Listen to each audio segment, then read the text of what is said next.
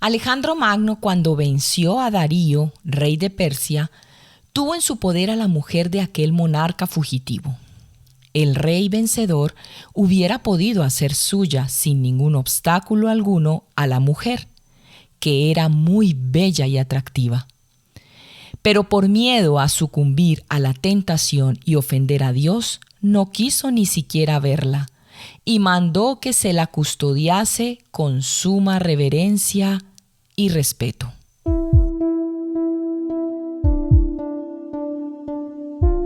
Si aún no has escuchado los 5 mandamientos anteriores de la ley de Dios, al final de este video los encontrarás. Y recuerda dejar tus intenciones en los comentarios. Oraremos por ti.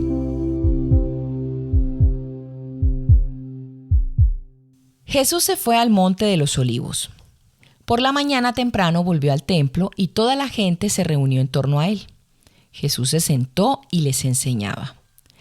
En esto los maestros de la ley y los fariseos se presentaron con una mujer sorprendida en adulterio. La pusieron en medio de todos y preguntaron a Jesús: Maestro, esta mujer ha sido sorprendida cometiendo adulterio. En la ley de Moisés se manda que tales mujeres deben morir apedreadas. ¿Tú qué dices? La pregunta iba con mala intención, pues querían encontrar un motivo para acusarlo. Jesús se inclinó y se puso a escribir con el dedo en el suelo. Como ellos seguían presionándolo con aquella cuestión, Jesús se incorporó y les dijo: Aquel de vosotros que no tenga pecado, puede tirarle la primera piedra. Después se inclinó de nuevo y siguió escribiendo en la tierra. Al oír esto se marcharon uno tras otro, comenzando por los más viejos, y dejaron solo a Jesús con la mujer que continuaba allí delante de él. Jesús se incorporó y le preguntó: ¿Dónde están? ¿Ninguno de ellos se ha atrevido a condenarte? Ella le contestó: Ninguno, Señor. Entonces Jesús añadió: Tampoco yo te condeno. Puedes irte y no vuelvas a pecar. Este es un evangelio que nos abre a la esperanza. Dios perdona cualquier pecado y nos da la gracia, su ayuda para no volver a caer. El 6º mandamiento de la ley de Dios: no cometerás actos impuros. ¿Qué nos enseña este mandamiento? Valorar y respetar nuestro cuerpo como don de Dios, guardando siempre la pureza y la castidad, para así vivir el verdadero sentido de la sexualidad en el matrimonio o en la vida célibe.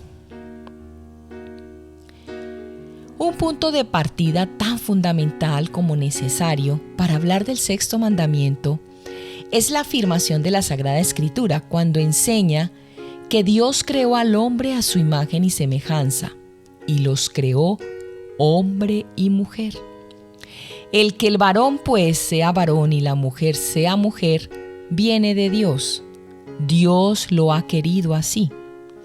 Por tanto, como todo lo que hace Dios es bueno, la sexualidad no es mala, ni es contraria a la ley de Dios. Es buena, puesto que viene de Dios. Es otro regalo de Dios.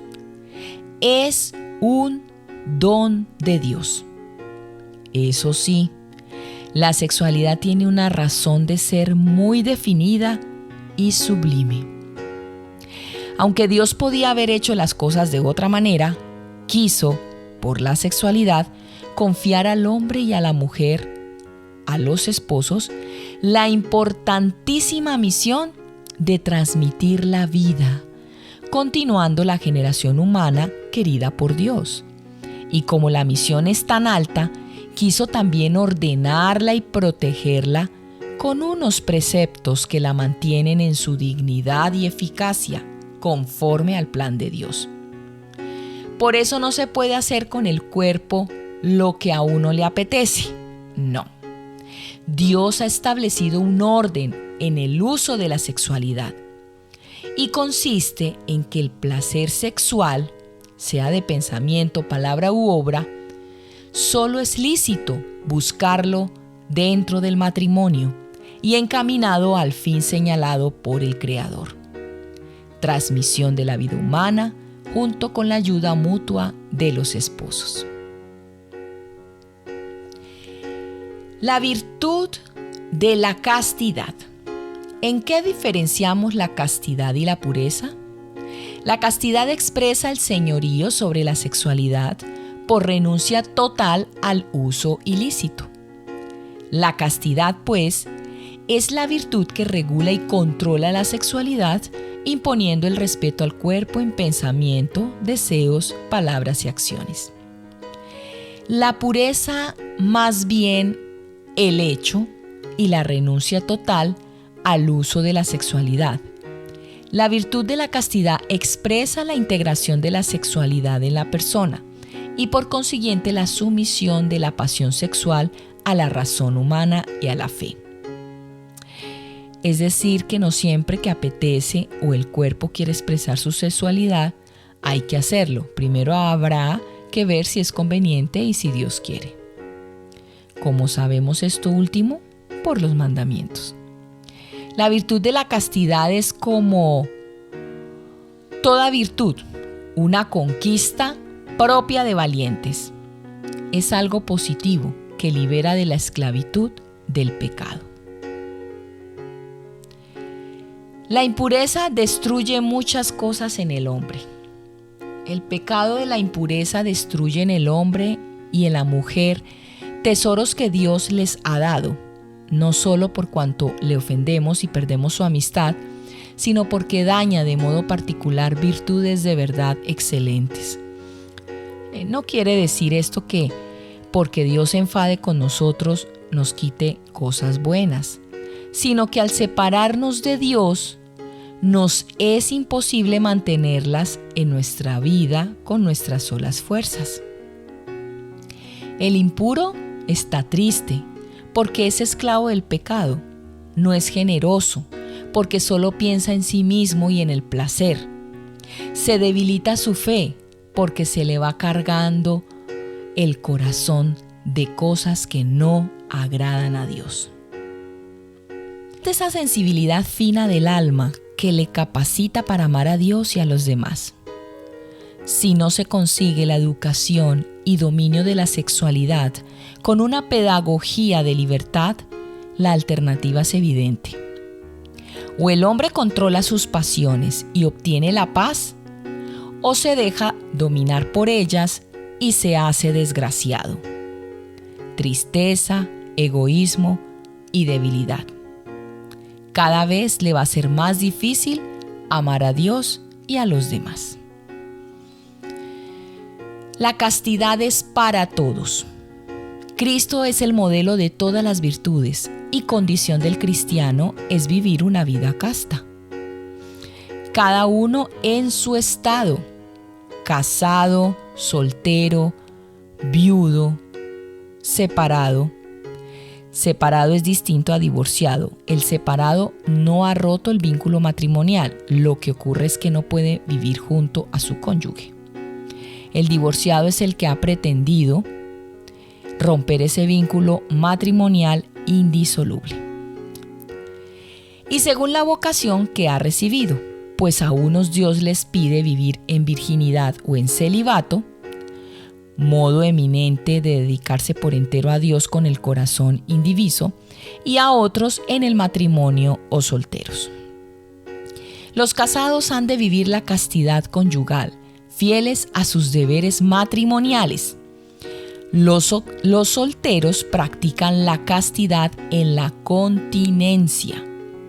Los esposos han de tener presente que la fecundidad es un bien y fin del matrimonio, pues el amor conyugal tiende naturalmente a ser fecundo. Por eso, el acto matrimonial debe quedar abierto a la transmisión de la vida y nunca está permitido el recurso a la anticoncepción o a la esterilización para evitar la procreación. Además, cuando se usan anticonceptivos, no hay acto conyugal en sí, pues la sexualidad es la expresión del don total que se hacen los esposos en el matrimonio. Por tanto, si se usan parte de uno, se está negando a otro. Y una parte muy importante, tan importante que por ella se transmite la vida. La lucha por la castidad. Para ganar la batalla de la castidad es necesario huir de las ocasiones. En esta materia, huir no significa cobardía, sino prudencia. Y la prudencia dicta evitar amistades, lecturas, espectáculos, conversaciones y música que empujen al pecado. Porque somos muy débiles en esta materia durante toda nuestra vida. Otro paso es estar ocupados en un trabajo serio, que salva de ensimismarse en el egoísmo. Ayuda también el deporte, que forma virtudes espléndidas para resistir al capricho. Y no se puede olvidar la importancia de la sinceridad, que cuenta las dificultades a las personas competentes en busca de ayuda y consejo, así como la modestia y el pudor que enseñan delicadeza, al vestirse, en el aseo diario, etc., en orden a defender la pureza propiamente dicha. Pero lo más importante es poner medios sobrenaturales, confesión y comunión frecuente, pedir la castidad con humildad y perseverancia, acudir a la Santísima Virgen María y Madre nuestra, acudir a San José, ofrecer pequeños sacrificios que afirman la voluntad y consiguen la gracia. Pecados contra el sexto mandamiento. Los pecados contra el sexto mandamiento, que dice no cometerás actos impuros, pues son los pecados contra la castidad y la pureza. Entonces, estos son la masturbación, la fornicación, las actividades pornográficas y las prácticas homosexuales. Contra la dignidad del matrimonio podemos destacar el adulterio, la poligamia y el amor libre. Estos pecados contra la castidad son siempre graves si hay pleno conocimiento y consentimiento. En tal caso no hay materia leve. La lujuria es un pecado capital y es el origen de todos los demás pecados contra el sexto mandamiento, que es no cometerás actos impuros. La lujuria es un deseo o goce desordenado del placer sexual. El lujurioso es un hombre egoísta y alejado de Dios, sin voluntad y con la inteligencia cerrada a todo lo espiritual. La masturbación consiste en provocar el placer sexual por la autoestimulación, buscando el placer por el placer. Es una actividad individual y egoísta. Es un acto inmoral, ya que es un acto sexual imperfecto e insatisfactorio, porque no está orientado a servir de lenguaje al amor y de medio para la procreación. Trae problemas psicológicos y de adaptación en el matrimonio. Para evitarla, lo mejor es encontrar otras cosas que hacer, como tareas culturales, deportivas, sociales y religiosas que den sentido a la vida. Las relaciones prematrimoniales son los encuentros sexuales entre novios o conocidos antes del matrimonio. Es pecado. Hoy en día se habla mucho de las relaciones prematrimoniales. Lo vemos en la televisión o en las películas y lo escuchamos en las canciones como algo normal.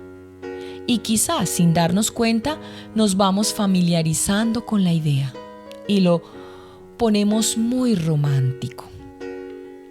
Vayamos a la verdadera realidad de estas relaciones. Cuando un hombre pretende demostrar su hombría teniendo relaciones sexuales con su novia, justamente demuestra su falta de hombría, pues el hombre verdadero sabe respetar a la mujer que ama y sabe controlar sus impulsos. Cuando la mujer cede a esta demostración o prueba física de amor, generalmente se siente insatisfecha y vacía, abandonada, frustrada, sucia y usada.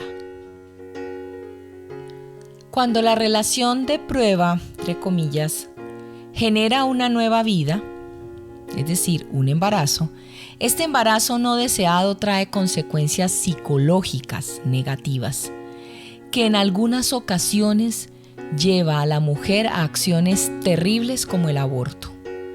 Esto es lo que no se alcanza a ver ni en las películas ni a escuchar en las canciones.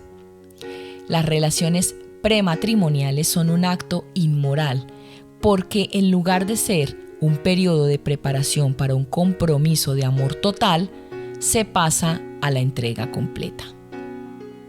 No deben tenerse en relaciones prematrimoniales, ya que éstas no llevan al amor a su plena realización, el cual únicamente se alcanza dentro de la estabilidad del matrimonio. En la mayor parte de las ocasiones, estas relaciones son inspiradas por el egoísmo de uno de los novios o de los dos. Además, con estas relaciones se rompe la finalidad del encuentro corporal exclusivo de los esposos, el aumento del mutuo amor y la procreación. Las personas se convierten en un objeto de placer.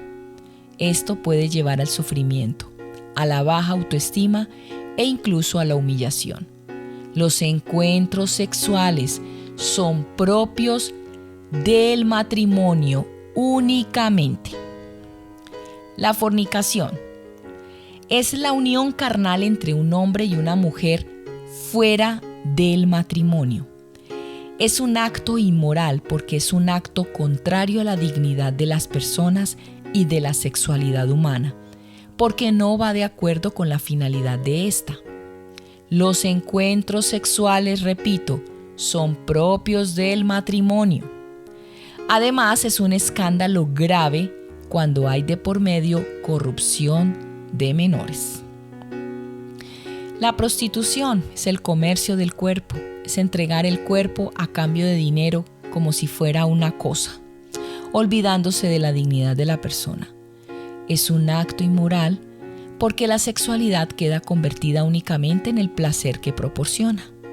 El que paga a una persona para que se prostituya con él, mancha su propio cuerpo, templo del Espíritu Santo. La pornografía consiste en sacar de la intimidad de los protagonistas actos sexuales reales o simulados para exhibirlos ante terceras personas de manera deliberada, o simplemente el vender a través de imágenes los cuerpos humanos para deleite y gozo de quienes los compren. Es un acto inmoral porque ofende gravemente la dignidad de las personas que venden las imágenes de sus cuerpos para crear placer en otros. La violación es la unión sexual realizada por la fuerza o con intimidación. Es forzar o agredir con violencia la intimidad sexual de una persona. Produce un daño grave que puede marcar a la víctima para toda la vida, ya que lesiona el derecho al respeto, a la libertad, a la integridad física y moral de la persona. El onanismo o interrupción del coito. Interrupción de la unión sexual, arrojando el semen fuera para evitar la fecundación. Otro pecado. Bestialidad, actos sexuales realizados con animales. Anticoncepción, el uso de cualquier medio antinatural para procurarse un placer sexual dentro o fuera del matrimonio y evitar el embarazo. El incesto, la unión sexual realizada entre consanguíneos de los grados en que está prohibido el matrimonio. Prácticas sexuales contra natura. acciones orientadas a experimentar sensaciones sexuales de modo indigno y deshumanizada en contra de la naturaleza, es decir, las aberraciones sexuales. Los actos sexuales dentro del matrimonio deben ser acordes con los fines del matrimonio. Si un acto sexual es contrario a los fines del matrimonio, es claramente inmoral. Poligamia. Es una ofensa a la ley moral porque contradice la comunión conyugal. Unión libre. Se da cuando una pareja se niega a dar forma jurídica y pública a una unión que implica intimidad sexual. En la sociedad de hoy en día se ha perdido de vista la grandeza de la sexualidad, convirtiéndola únicamente en fuente de placer.